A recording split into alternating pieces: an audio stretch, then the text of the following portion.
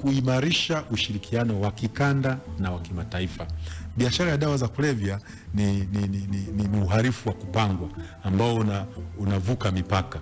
Yaani mtu yuko hapa anauza dawa New York, anauza dawa New Delhi, anauza dawa London, anauza dawa France, anauza kila mahali. Kwa hiyo sasa sisi ili kuweza kuwadhibiti lazima tuimarishe ushirikiano na mataifa mengine ili kuweza kubadilishana zile taarifa za kiintelijensia, kubadilishana ufichaji wa dawa za kulevya. Unakuta labda mtu amekamatwa London leo, ameficha kiasi fulani, sisi tumeanzisha mpaka grupu la WhatsApp, anatuma mle kwamba jamani, tumekamata mtu ameficha hivi. Labda ameficha kwenye peni.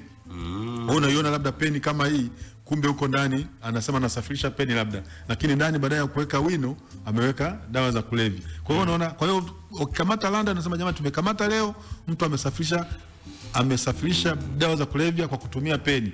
Kwa hiyo na sisi tunajua kumbe ukikuta peni sasa lazima uwe makini.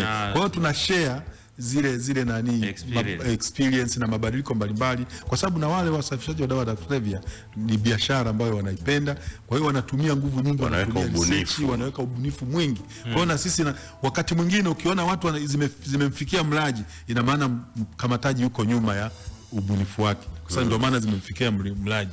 Kwa hiyo sasa kwa kushirikiana kimataifa, sasa tuna share zile experience, tuna share matukio mbalimbali ili kuhakikisha kwamba, lakini vile vile tunabadilishana taarifa za kiintelijensia, au tunabadilishana watuhumiwa. Unakuta mtu labda yuko Tanzania amekamatwa au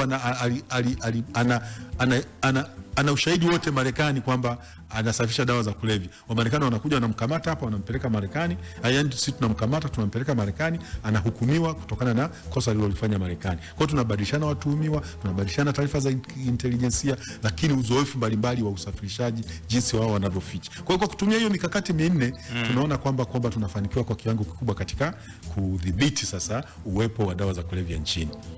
Okay.